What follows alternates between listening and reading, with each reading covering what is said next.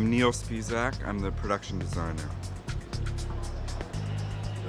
A production designer is the person who works with the director and the director of photography and the producers and the visual effects team to conceptualize and make all of the ideas that everybody has in theory become actually materialized. It's great to work with Sam because he's always very clear about what the story is and who the characters are that are within the story.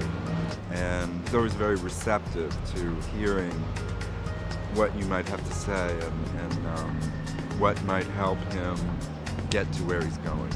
Sam is a Spidey fan from way, way back, and his interest was extremely infectious. And it was sort of a bizarre road getting introduced to Spider-Man, actually. I mean, I knew Spider-Man from the TV series and from cartoons, but I had never really read comic books. And it was an interesting journey learning about, who Spider-Man is and how he's portrayed in the comic books. Once you conceptualize what the film is about and how the film needs to look and what locations scenes actually take place in, then the execution process is a puzzle that you kind of work out piece by piece. How do you retain the control that a filmmaker needs to tell a story? Well, obviously the best place is on a soundstage. But the reality is that you can't just go into New York City and shoot anywhere you want to. So a lot of times, you bring it back and you make it work because it's the only way you can retain control and get the shots you want to tell the story. One of the design elements that I tried to incorporate into the film as a whole is a slightly overscaled and somewhat classical architecture, building tops and places that you normally aren't on buildings, closer to the upper architecture of the buildings of New York. So the idea that this balcony is further up in the building rather than being down in the street, and the idea that you have an overview made it all the easier to incorporate the Goblin on its glider above the city and the fact that Spidey could swing in from the upper parts of the city as opposed to being in on the street. Although it's an action film and an adventure film and a fantasy film, all of those parts of this movie work because the basis for the whole story is very human. And I think it makes it all the more interesting and all the better that you believe, Spider-Man can be a part of our world.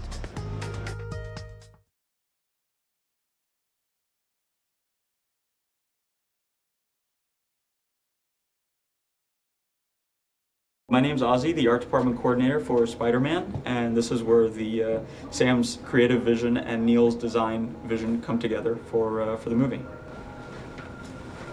A lot of the portions of New York have been very meticulously kind of studied and looked for by Neil and by Sam and our location scouts, and a lot of them are being designed primarily from scratch, but with a lot of inspiration from the New York architecture that's there now. I think too is because we see Spider-Man up against buildings and like an architectural element that you'd see from the street would be really small, but when Spider-Man is up against it, all of a sudden it's like a huge detail. So you get to see kind of architecture in a way that you would normally see from the street. We just need to come up with a look, and the construction is the one who figured it out how to hold it together. Yeah, we just get to draw kind of what it's supposed to look like and not worry about the mechanics of it and how it's put together and that sort of thing. Plus it's sort of immediate gratification for us because we get to draw it and then get to go to the stage and see it within just weeks. Then it gets destroyed in 3 days after shooting. As you can see, this is what we call full-scale detail. Yeah, I'm working on the Osborn mansion, the Green Goblin house. This is going to be the fireplace on his living room. It's going to be his main room, like the living room, all the wood paneling, get totally detailed, the columns, one by one, everything, till the last molding.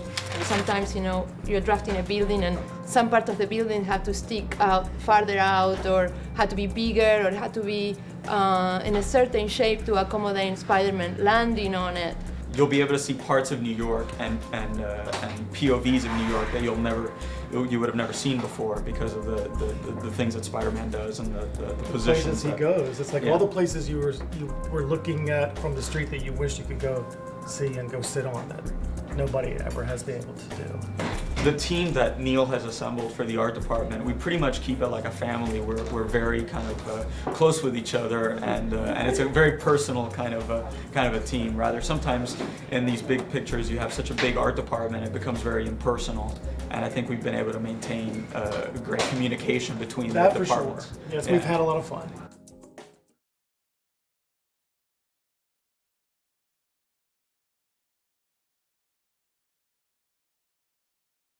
My name is Jason Mahakian. I'm a model maker here in Spider-Man Art Department.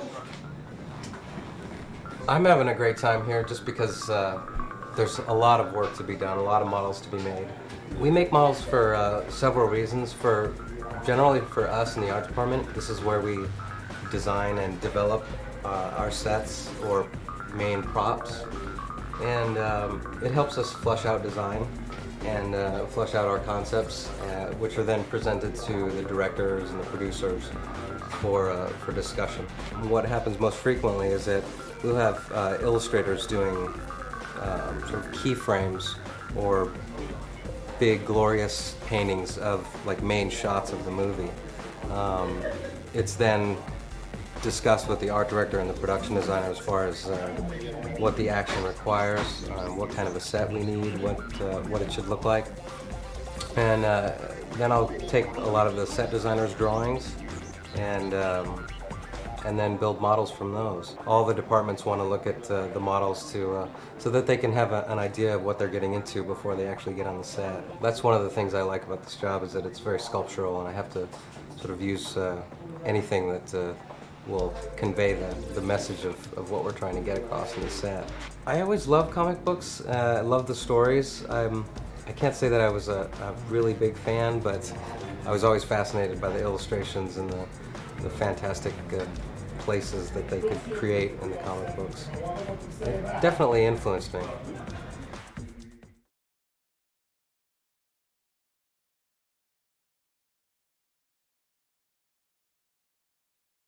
Hi, I'm Bill Mom. I've been on this show for about 6 months, and we've been doing everything from metal to wood. I am a prop maker.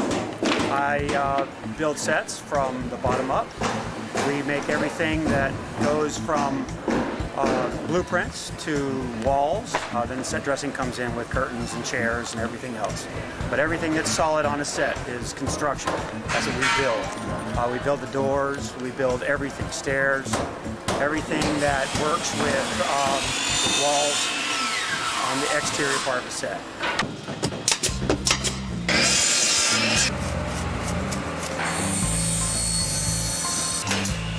What I like about this one is next door we built this great big section of a skyscraper.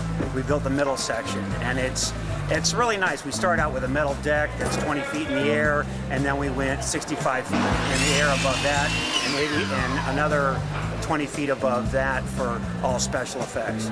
We get to do a whole bunch of stuff with a lot of different people. Working with plasterers, working with special effects guys, a lot of metal. It's really fun. You do a whole bunch of fun stuff. It's really cool. It's very finite. The art director and the designer that I've worked with before, they're very finite guys. They really see it. They can pick it out. So all our details, all the structure that we're doing, we're copying from New York. So they have to get a shot in New York, and then we have to make sure on the soundstage it's the same shot. We're building stuff that we don't get a chance to build. I mean, I've been to New York once, and now I'm building it. So it's a really cool way of looking at a different way of doing it. I spent, on the set that was up here before this one, I spent 2 months on it, and it was down in 4 days. And it's part of the game, but it is, you see all your sweat go, they come take the picture, and then it's gone. I like to watch it, and when we see it and it's playing, you go, oh, I did that, or oh, yeah, I was there with that, and that's fun.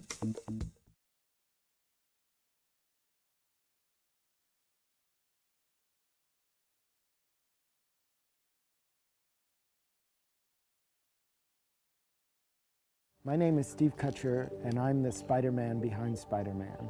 Part of my job was tracking down spiders. There was a good month or two of actual making phone calls.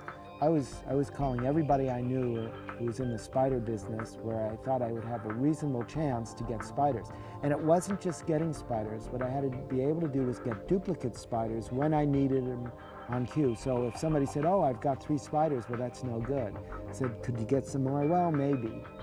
That's no good. So I had to be able to go to somebody who could say, oh, I've got 20 spiders and I can get you 20 more if you need them anytime. And I actually had to get permits, USDA permits, state permits, to import spiders from New Zealand for the movie.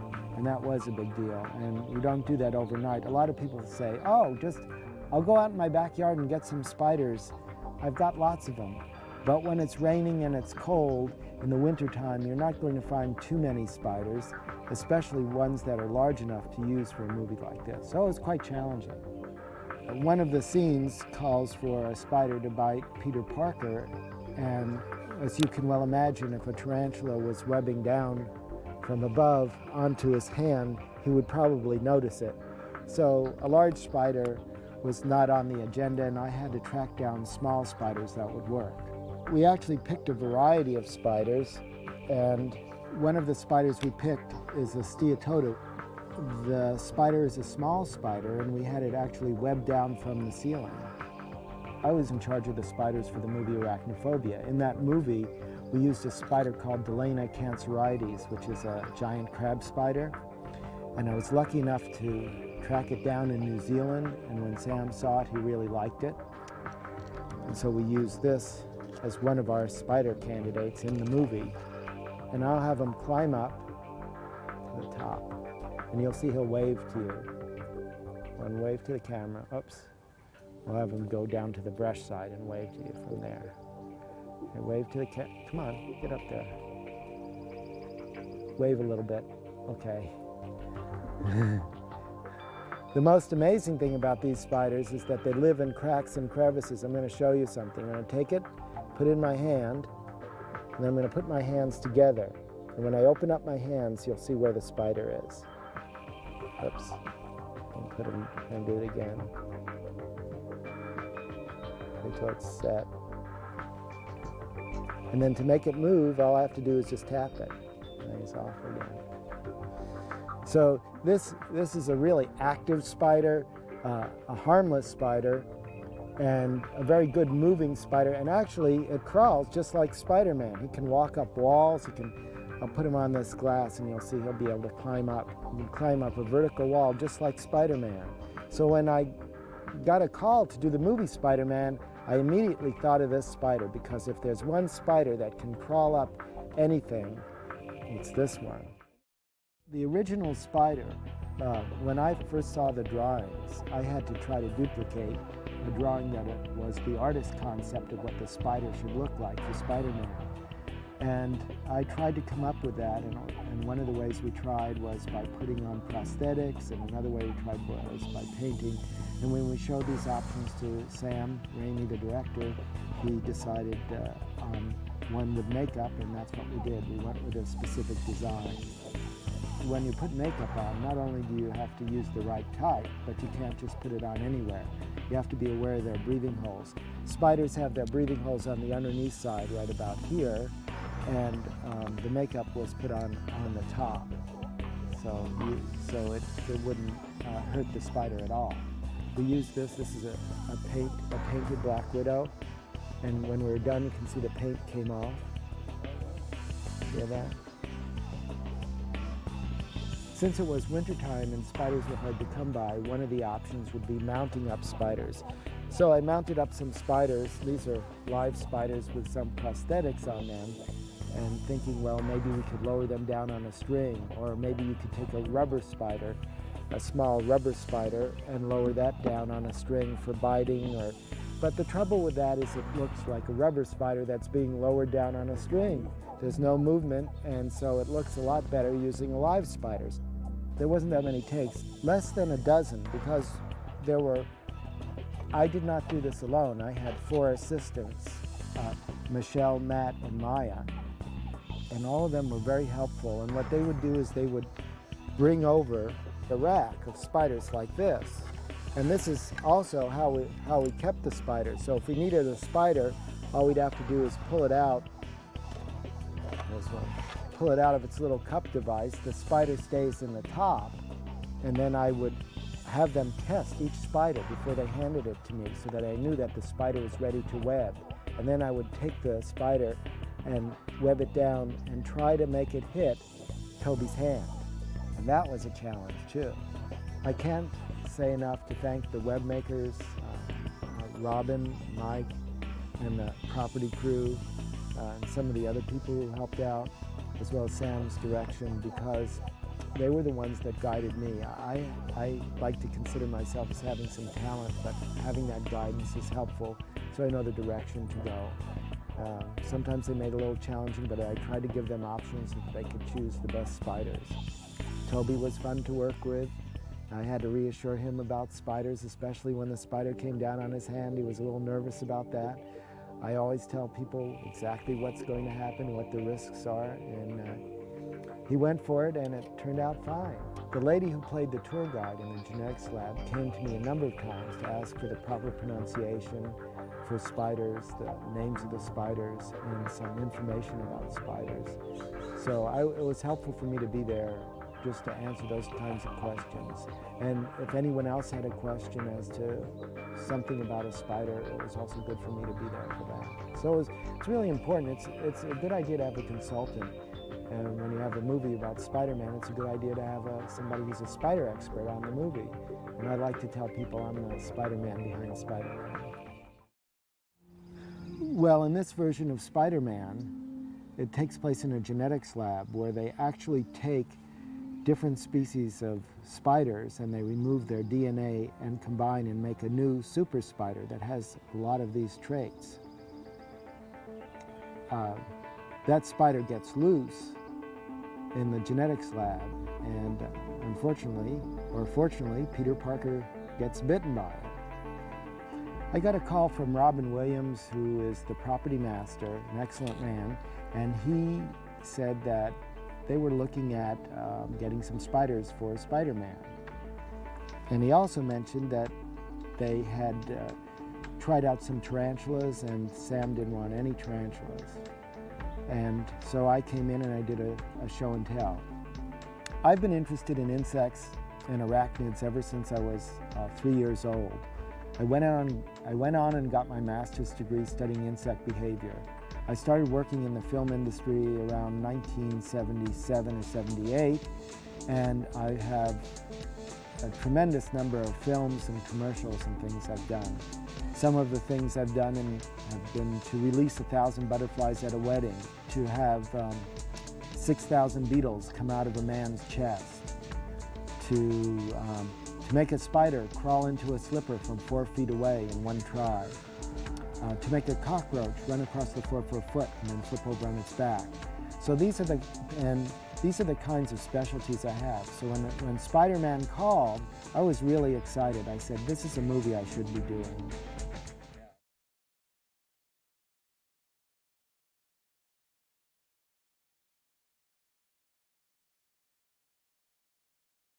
Oh yeah, this is the Macho Man Randy Savage, a.k.a. Bonesaw McGraw, doing the Spider-Man movie right over here in, California.